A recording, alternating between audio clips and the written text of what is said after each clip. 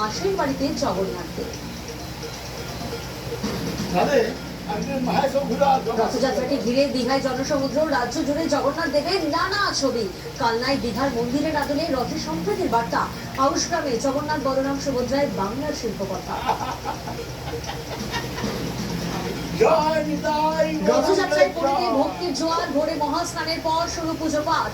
বৈদিক মন্ত্রে রথ প্রতিষ্ঠান। এবার পুরীতে নজিরবিহীন নিরাপত্তা। 10,000 পুলিশ মোতায়েন, নজরদারিতে এনএসজি স্নাইপার। প্রথমবার নিরাপত্তায় নৌসেনার বিশেষ দল।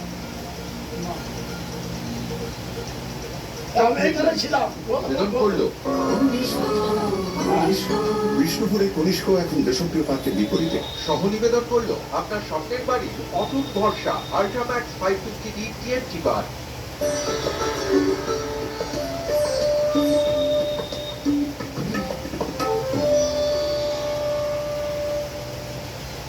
নমস্কার, জয় জগন্নাথ। আর এই জয় জগন্নাথের মঞ্চে এখন জমজমাট সৈকত শহর। সকালে 56 ভোগের পর উপাচার শুরু হয়েছে। আর এই মুহূর্তে আমাদের প্রতিনিধি আবির আমাদের সঙ্গে রয়েছে। সরাসরি আবিরের কাছে যাব। আবির, সকাল 9টা থেকেই রথযাত্রার উপাচার শুরু হয়েছে এবং জাস্ট কিছুক্ষণ আগেই তুমি যে ছবি আমাদের দেখাচ্ছিলে যে পাহান্ডি বিজয়ের শোভাযাত্রাও চলছে, ঠিক কি ছবি, এই মুহূর্তে কি কি উপাচার চলছে একটু তোমার মাধ্যমে জানবো। দেখো, তোমাকে প্রথমে জানিয়ে রাখি, যেটা দেখতে পাওয়া যাচ্ছে সেটা হচ্ছে যে সুদর্শন চক্র দিয়ে যে 3 রথ রয়েছে, 3 রথকে প্রদক্ষিণ করানো হচ্ছে। সুদর্শন চক্র দিয়ে 3 রথকে প্রদক্ষিণ করানোর অর্থ হচ্ছে যে বিগ্রহকে রথে প্রতিষ্ঠা করা হবে তার আগে ভগবানের নিরাপত্তার জন্য সুদর্শন চক্র দিয়ে প্রদক্ষিণ করানো হয় নিয়ম অনুযায়ী তা, এবং সেই প্রক্রিয়াই চলছে।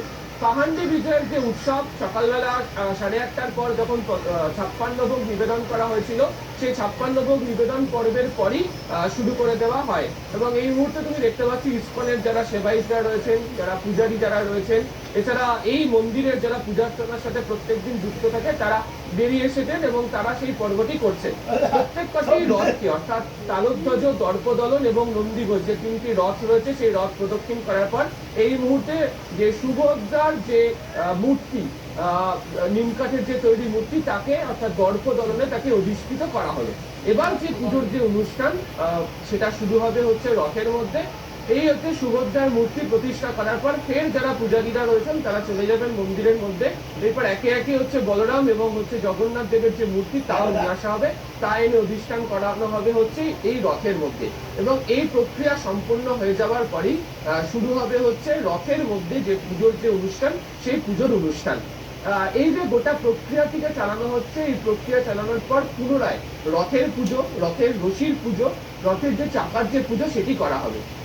তারপরেই হচ্ছে অনুমতি পাওয়া যাবে হচ্ছে যে রথ টানের জন্য। ইতিমধ্যেই হচ্ছে যে পুজোর যে অনুষ্ঠান যেটা সকাল থেকে যেটি চলছিল তা এখনো পর্যন্ত রয়ে গিয়েছে। এবং তুমি দেখতেই পাচ্ছ যে বিভিন্ন জায়গা থেকে যারা এই রথের পুজো দেখার জন্য আসতে চান তারা ইতিমধ্যে ভিড় জমাতে শুরু করে দেন। একই সঙ্গে হচ্ছে দীঘাতে বৃষ্টিও শুরু হয়েছে, তার মধ্যেই হচ্ছে রথযাত্রার যে উৎসব, সেই রথযাত্রার উৎসব ইতিমধ্যে শুরু হয়ে গিয়েছে। কিছুক্ষণের মধ্যেই বাকি যে 2 রথে জগন্নাথ এবং বলরামের যে মূর্তি নিয়ে আসার পর যারা পুরোহিত যারা রয়েছেন, যারা এখানে পুজোর অনুষ্ঠান করেন, সেই প্রধান পুজোর অনুষ্ঠান তারা এখানে করবেন। এবং সেই পুজোর অনুষ্ঠান সম্পূর্ণ হওয়ার পর এখানে যে শুকনো ভোগ যেগুলিকে নিয়ে এসে আগে থেকে রাখা হয়েছে, সেই ভোগ নিবেদন পর্ব সম্পন্ন করা হবে। তারপর দুপুর 2টোর সময়ের পর থেকেই রথ টানের যে প্রস্তুতি দীঘা থেকে তা শুরু করে দেওয়া হবে। সব মিলিয়ে যে নিয়ম বা উপাচার ছিল সেই অনুযায়ী দীঘার যে রথযাত্রার যে উৎসব তা শুরু করে দেওয়া হবে। একেবারে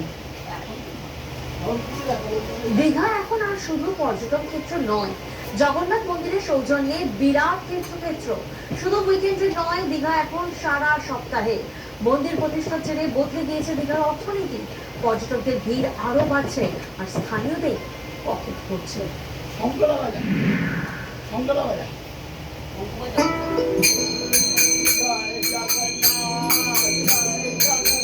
ছুটি পেলেই কি বাঙালির প্রিয় ডেস্টিনেশন উইকেন্ডের দিন আবারই ভিড়ে পূর্ব মেদিনীপুরের অমৃতসরের তৈরি হয়েছে বিরাট জগন্নাথ। মন্দির প্রতিষ্ঠার পর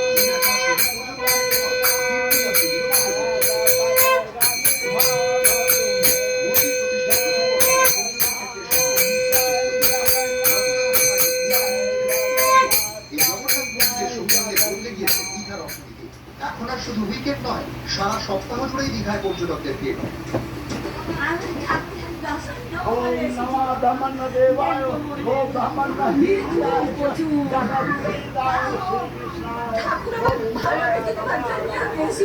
দীঘা তো বাঙালির মানে প্রিয় জায়গা, সহজে এফোর্ড করতে পারে, প্রাকৃতিক সৌন্দর্য এখানে খুবই ভালো। আর বিশেষভাবে ভালো লাগছে এখানে আপনার নতুন জগন্নাথ মন্দির হয়েছে। ভিড় তো মানে স্বাভাবিকভাবেই যেমন হয় এবং একটু বেশি হয়েছে মন্দিরটাকে আকর্ষণ করে।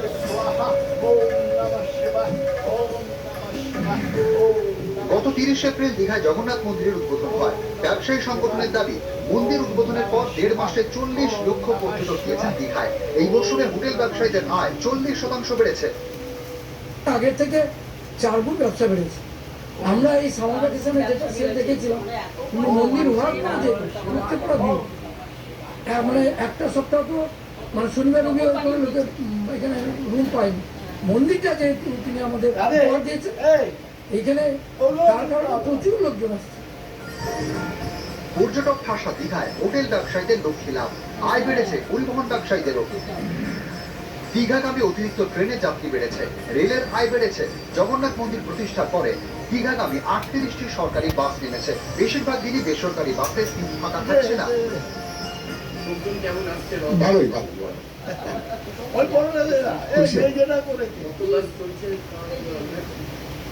গভর্নমেন্টের বাসটা ঠিক আমরা বলতে পারবো না, তবে আমাদের মানে প্রাইভেট বাস লোকাল এবং এক্সপ্রেস মানে কলকাতা হাওড়া এক্সপ্রেস করে এসি বাস ফাস নিয়ে প্রায় 250 সব। আর এই যে শনি রোববার একটা নির্দিষ্ট কাস্টমার আসতো, মন্দির হওয়ার পর কি অনেক বেড়েছে মন্দিরটা। পুরীর মতোই সৈকতের পাশে বিরাট মন্দির জগন্নাথ দর্শন। রাজ্যের বিভিন্ন প্রান্ত থেকে পর্যটকরা যাচ্ছেন। ভিন রাজ্য থেকেও অনেকে দীঘায় ভিড় জমাচ্ছেন বলে দাবি।